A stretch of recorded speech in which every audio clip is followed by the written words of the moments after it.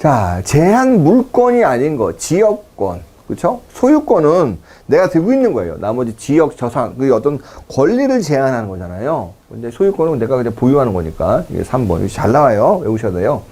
지방자치단체장에게 허가가 필요한 거. 토속채취. 이게 최근에 나와가지고 설왕설래가 많았던 그런 이제 문제예요. 보고 나서, 야, 뭐야, 이거. 이렇게까지 나? 그죠? 자, 이거.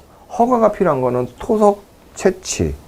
예. 그 다음에 농사를 위한 토지의 형질 변경, 건축물의 건축, 공작물의 설치, 그린벨트에 한 달 이상 물건을 적치하는 것. 그죠? 지금 이게 문제 오류네요. 자, 이게 보시면, 다음 중 지방자치단체한테 허가가 필요한 거는 1번, 3번, 4번이에요. 그러니까 이게 정말 죄송한데, 얘는 이제 허가가 오릅니다. 필요하지 않은 거. 이렇게 좀 바꿔주세요. 필요하지 않은 거. 허가가 필요하지 않은 거는 농사를 위해서 형질 변경하는 거예요. 이건 정말 죄송해요. 이거는 이제 문제. 이제 반대로 물어봤어요. 그래서, 자, 이거 17번. 나머지 1번, 3번, 4번은 필요한 거 맞고요. 2번은 농사 위해서 형질 변경하는 건 필요하지 않다. 않은 것인데. 자, 18번 볼게요. 1번. 다음 중 부동산 투자에 관한 설명으로 올바르지 않은 거. 부채 4억 원, 순 운용소득 2억 원이에요. 그쵸? 그러면은 부채 상환 비율은 얼마냐? 부채 상환 비율은요, 이렇게 봐요. 순 운용소득에다가요, 부채예요. 순 운용소득이 2고, 부채가 4니까 0.5예요. 2가 아니라. 1번이 틀렸어요. 부동산 투자 예산은 원칙적으로 자기 자본의 2배까지 차입이 가능하다. 포트폴리오에 서로 다른 종목의 수를 증가시킬수록 비체계적 위험이 일정 수준까지는 감소한다. 비체계적이 감소하죠. 그다음에 부동산 투자 회사는 자본시장법의 제390조 제1항에 따른 상장 규정의 상장 요건을 갖추게 된 때에는 지체 없이 같은 법 제8조의 제4항, 제1호에 따른 주시장에 상장을 하여 뭐 어쩌거나 거래되도록 한다. 이것도 맞는 말이죠. 자, 18번. 18번은 1번. 19번. 부동산 공부, 공적인 장부죠. 설명이 잘못된 것은 토지 이용 계획 확인서를 통해서 도로의 저촉 이런 것들을 확인할 수 있다. 지적 공부를 통해서 토지 면적가, 지적이니까 땅에 대한 거잖아요. 건축물 대장을 통해서 소유권의 제한물. 아니죠. 이 건축물 제한권. 이거죠. 우리가 소유권을 하는 건요. 등기부 등본에 대해서 갑구를 통해서 알 수 있잖아요. 이게 틀렸죠. 을구는 거기 제한상을 알 수 있는 거고, 이거는 이제 자주 나오니까 잘못해서 3번이고, 토지 대장과 건축물 대장의 등기부 등본의 면적이 다를 경우에는 토지 대장 면적이 우선한다. 이렇게 보시면 돼요. 자, 그 다음에 볼까요?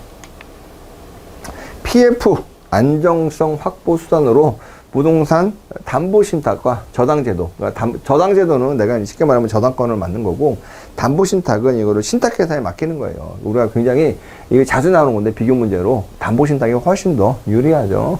담보신탁제도에서는 신탁회사가 직접 공매를 한다. 그렇죠?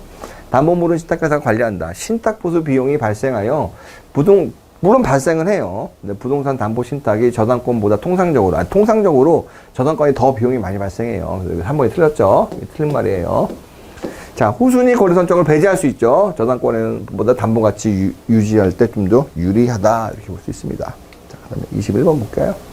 헤지펀드의 방향성 전략. 방향성 전략이라는 거는 미래의 어떤 이벤트를 보고, 야, 이쪽 한쪽에 베팅하는 거잖아요. 틀린 것은, 자, 글로벌 매크로, 그죠? 전 세계 경제 추세를 예측해서 구성하는 탑다운 전략이다. 맞죠? 이머징 마켓, 그죠? 시중시장에서 거래되는 모든 증권에 대해서 포지션을 취해서는 방향성 전략이고, 근데 이머징 마켓 국가는 일반적으로 공매도를 허용하지 않으므로 주로 매수 전략을 한다. 매도 전문 펀드는 주식 차입을 활용하여 먼저 매도 포지션을 취함으로써 주가가 하락할 때 이익을 추구하며 매도할 주식을 차입하고 차입한 주식을 나중에 시장에 더 낮은 가격에 매입하여. 맞죠? 방향성 전략에는 롱숏. 방향성 근데 그렇죠? 캐치펀드는 기본적으로 롱숏 전략을 많이 해요.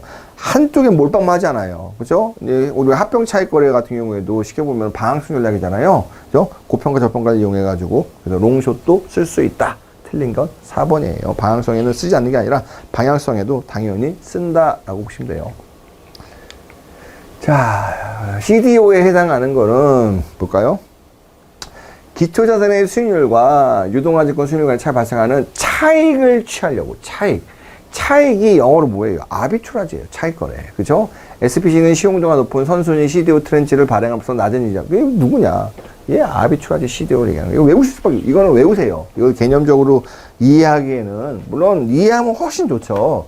근데 우리 시험이라는 게, 이 시험이라는 게 그냥 한번 여러분들이 합격하시고, 실제 업무할 때 이런 업무 하시는 분들이 공부하시면 돼요. 지금 그냥 외우셔가지고 시험 보시는 게 훨씬 더 목적적이에요. 시험이라는 거에. 자, 23번. 다음 중 헤지펀드 투자 전략에 대한 내용이 잘못된 것은, 캐리 트레이드는 높은 금리로 자본을 조달하여 낮은 금리에, 반대죠. 낮게. 그래서 N캐리라는 거 있잖아요. N화 이자를 낮으니까 N화로 자본 조달해서 수익률 높은 데다 투자하는 거. 1번이 지금 잘못 얘기하고 있어요. 전환사채 투자할 경우 변동성이 큰 주식에 이자율 스프레드 곡선을 이용하여 차익거래, 무상증자 이벤트, 시장의 비효율성을 이용한 거다. 맞는 얘기죠.